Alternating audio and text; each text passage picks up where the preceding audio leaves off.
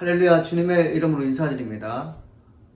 금요일 아침 묵상을 통해서 여러분과 만나게 됨을 하나님께 감사드립니다. 오늘 우리에게 주시는 말씀은 욥기 36장 1절로 15절 말씀 되겠습니다. 제가 봉독하겠습니다. 엘리후가 말을 이어 이르되 나를 잠깐 용납하라. 내가 그대에게 보이리니 이는 내가 하나님을 위하여 아직도 할 말이 있음이라. 내가 먼 데서 지식을 얻고 나를 주신 이에게 의를 돌려보내리라. 진실로 내 말은 거짓이 아니라 온전한 지식을 가진 이가 그대와 함께 있느니라. 하나님은 능하시나 아무도 멸시하지 아니하시며 그의 지혜가 무궁하사 악인을 살려두지 아니하시며 고난받는 자에게 공의를 베푸시며 그의 눈을 의인에게서 떼지 아니하시고 그를 왕들과 함께 왕자에 앉히사 영원토록 존귀하게 하시며 혹시 그들이 족쇄에 매이거나 환난의 줄에 얽혔으면 그들의 소행과 악행과 자신들의 교만한 행위를 알게 하시고 그들의 귀를 열어 교훈을 듣게 하시며 명하여 지악에서 돌이키게 하시나니 만일 그들이 순종하여 섬기면 형통한 날을 보내며 즐거운 해를 지낼 것이요 만일 그들이 순종하지 않으면 칼에 망하며 지식 없이 죽을 것이니라. 마음이 경건하지 아니한 자들은 분노를 쌓으며 하나님의 속박할지라도 도움을 구하지 아니하나니 그들의 몸은 젊어서 죽으며 그들의 생명은 남창과 함께 있도다. 하나님은 공고한 자를 그 공고에서 구원하시며 학대당할 쯤에 그의 길을 여시나니. 아멘. 오늘은 불완전하게 전한 하나님의 통치 방식이라는 제목을 가지고 아침 묵상을 시작하겠습니다. 제가 이 말씀을 묵상하면서 어떠한 생각이 들었냐면요. 4절부터 15절까지 하나도 빼놓지 않고 다 외웠으면 좋겠다는 생각을 했어요. 주옥 같은 말씀이에요. 믿는 자들과 믿지 않는 자들 사이에서 믿는 자들이 이 말씀 묵상하게 되면 큰 위로가 되고 그리고 그동안 서러움과 고통당하는 자에게 있어서 악의를 어떻게 하면 뿌리치고 물 수 있을까에 대한 해답이 나와 있기 때문에 참으로 좋은 말씀입니다. 설교자라는 목사는 이 말씀을 잘 요약해서 말씀을 증거하면 많은 성도들이 설득당할 것 같은 아주 귀한 말씀입니다. 엘리후라는 사람이 지금 누구에게 찾아갔습니까? 욥에게 찾아가서 주옥 같은 말씀을 증거했어요.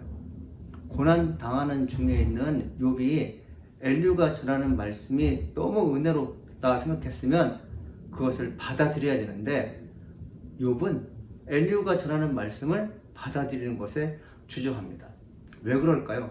제가 곰곰이 묵상해 봤어요. 말씀을 전하는 자가 누구인가? 위로하는 자가 누구인가에 대해서 한번 살펴봐야 됩니다. 욥은 이루 말할 수 없는 극심한 고난을 당한 자입니다. 우리가 욥기를 통해서 묵상해 봤듯이 욥은 가족을 잃었어요. 재산을 다 잃었습니다. 자기 아내도 도망갔습니다. 그렇게 사랑하고 아꼈던 아들, 딸 7을 잃었어요. 소망이 없이 살아가는 그에게 남들의 위로가 잘 전될 것 같지는 않습니다. 제가 코로나 확진자로 아주 심한 고난을 당하고 난 다음에 밖에 나가오면서 어떤 생각을 했냐면요. 병원에 입원하신 분들을 진심으로 위로할 수 있게 되었어요. 예전에는 건강한 상태에서 병동에 계신 환자분들에게 기도를 하거나 위로할 때는 그냥 쇼를 했던 것 같다는 생각이 들어요. 그러나 제가 아주 아픈 경험을 해보니까 침실에 누워서 고난당하는 분들이 얼마나 고난당하는지 알 것 같았습니다. 자, 욥이라는 사람이 말을 잘하는 엘리후의 말을 듣지 않는 거 뭘까요? 엘리후는 욥이 당한 고난을 당해본 적이 없습니다. 고난 당하는 자가 하나님께 드리는 기도, 고난 당하는 자가 하나님부터 어떤 위로를 받고자 하는지 엘리후는 몰랐기 때문에 욥은 그의 말을 듣기를 거부했습니다. 이 엘리후는 남을 정죄하는 그런 본능을 갖고 있었어요. 인간이 가지는 본성 중에 뭐가 있냐면 남의 허물을 들춰내는 것을 좋아하는 사람이 있습니다. 끝까지 파헤쳐서 사람들에게 이 사람은 나쁜 사람이야 이렇게 말하는 것을 즐겨하는 사람이 있다는 것이죠. 엘리후는 욥의 세 친구 엘리바스, 발락, 소바루, 이 세 친구가 욥이 하나님께 무언가 잘못했기 때문에 저렇게 고난받고 있다는 그런 증거를 찾아야 되는데 못 찾은 것에 대해서 좀 불쾌하고 있는 그런 사람입니다. 그래서 엘리후는 하나님 말씀을 인용해서 집요하게 욥에 대해서 계속해서 너는 하나님의 사람이지만 하나님께 범죄해서 지금의 고난이 있는 거야. 하나님은 의인에게 고난을 허락하지 않고 죄 없는 자를 고난 중에 환난 중에 임하게 하는 분이 아니야. 이런 식으로 다가오는 것이죠. 여러분 그 1절에 보면 엘리후가 말을 이어 이르되 라는 말이 있어요. 그리고 2절 끝에 보면 아직도 할 말이 있음이라는 말을 하게 됩니다. 고난 당해보지 못한 사람이 사람의 마음을 이루어할 줄 모르지만 그가 가지고 있는 장점이 무엇입니까? 아프고 서러운 자들을 향해서 계속해서 하나님의 징벌이라고 얘기한다는 거죠. 그런 말을 듣겠습니까?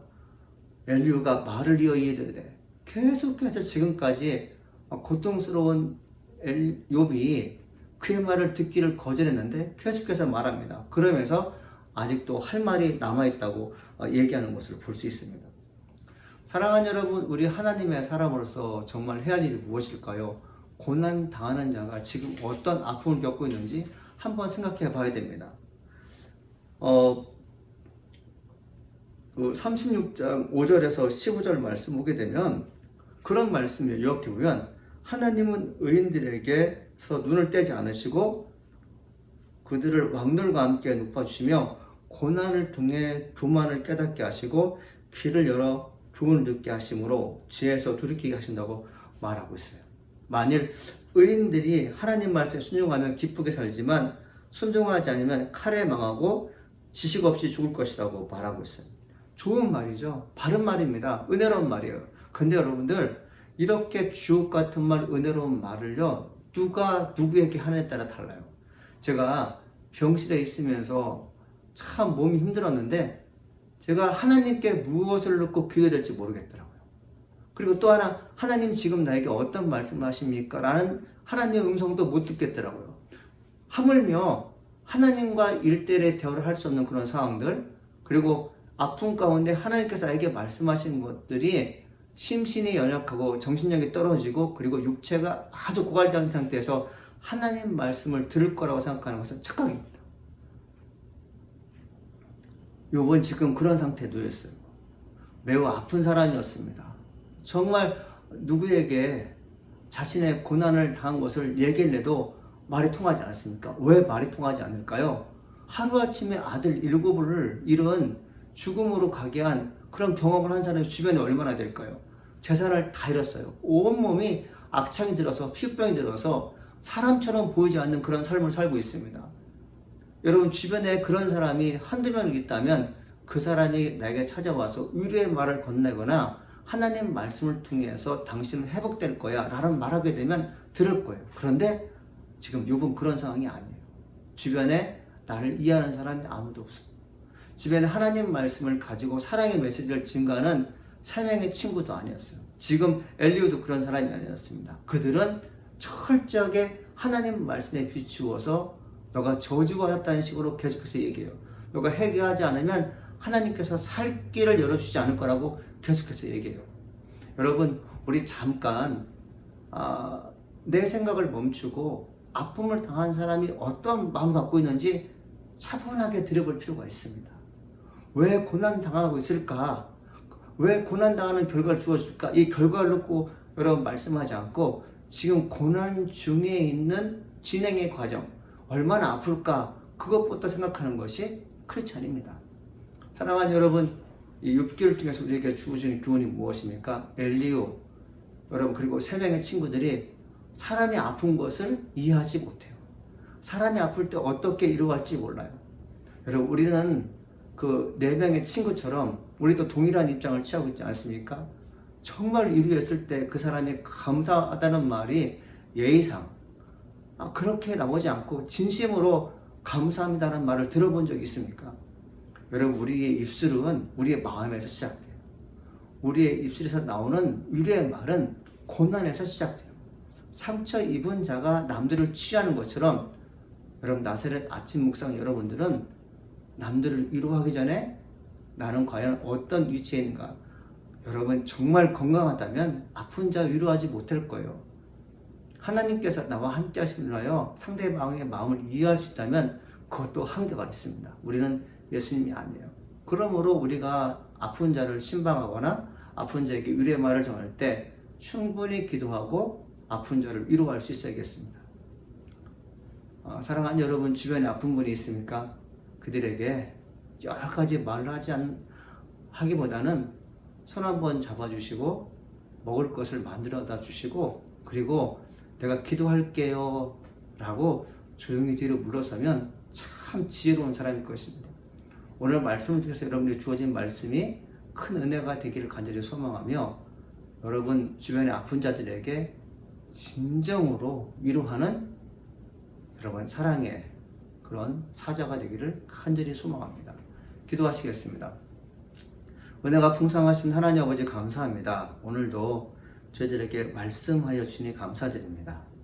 하나님, 내가 이제껏 살면서 남들을 위로할 줄 아는 줄 알았는데 위로를 못한다는 것을 알게 됩니다. 상처 입고 보니 몸이 아파 보니 아픈 자의 마음을 알 것 같습니다. 하나님, 타인의 마음을 이해하기 위해서 위로하기 위해서 내가 자발적으로 상처 입는 것, 자발적으로 사고 나는 것은 하나님 나쁜 것이죠. 옳지 않은 것입니다. 그러나 주님, 우리가 상대방을 이해하고자 할 때 성령께서 함께 하시고 또 이해하고 위로하고자 하는 사람들에게 기도하기를 권면하여 주실 줄 믿습니다. 오늘도 하나님 말씀을 듣는 분 중에 또 우리가 중보하는 분들 중에 마음이 아픈 분들이 있습니까? 하나님 그들을 위로하여 주옵시고 주의 도움 받아서 승리할 수 있는 존귀한 하나님의 백성 되게 도와주옵소서. 예수님의 이름으로 기도합니다. 아멘.